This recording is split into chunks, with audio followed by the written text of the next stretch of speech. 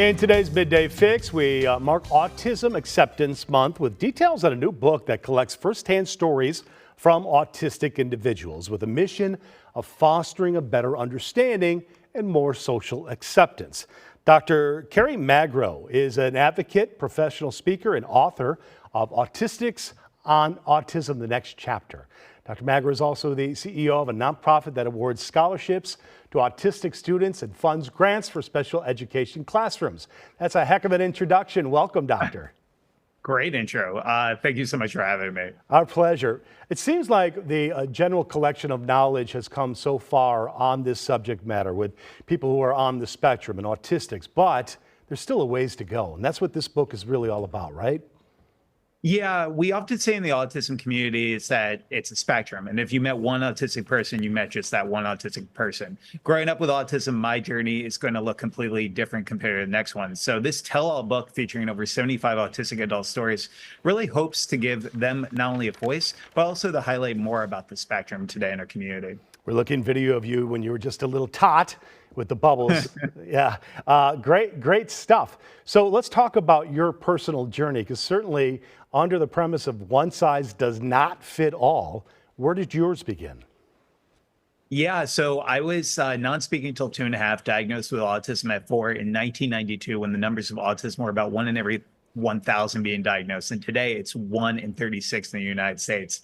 And I started speaking complete sentences when I was 7, had 15 years of therapy, like occupational, physical, speech, music, and theory therapy to help me overcome many of my obstacles. And today I'm a full-time public speaker, traveling the globe and talking to schools and companies about neurodiversity, autism, and inclusion, because it's really needed in our communities. When you were a young lad, did your parents recognize what was happening early on, or did it take a little while?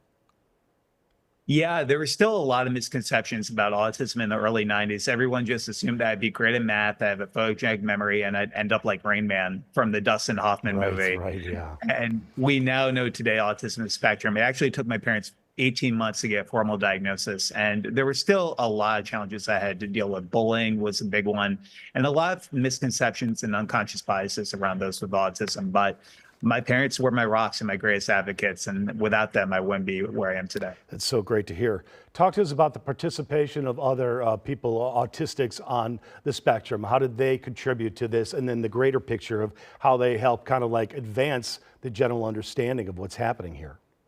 Yeah, absolutely. So ironically enough, many of the people who are in our book, Autistics on Autism, the Next Chapter, are previous scholarship winners or applicants who have applied for our college autism scholarship to help with scholarship aid for autistic adults for college, by sharing a little bit about what helped them growing up and pursuing their dreams into adulthood today. And we have a wide range of stories from girls on the autism spectrum, boys who were minimally verbal growing up. So it will help give a great guide into what autism looks like today in our community. And I hope it will benefit a lot of families. I have a colleague who shared with me today. She has a nephew who's about 6 who only started speaking recently.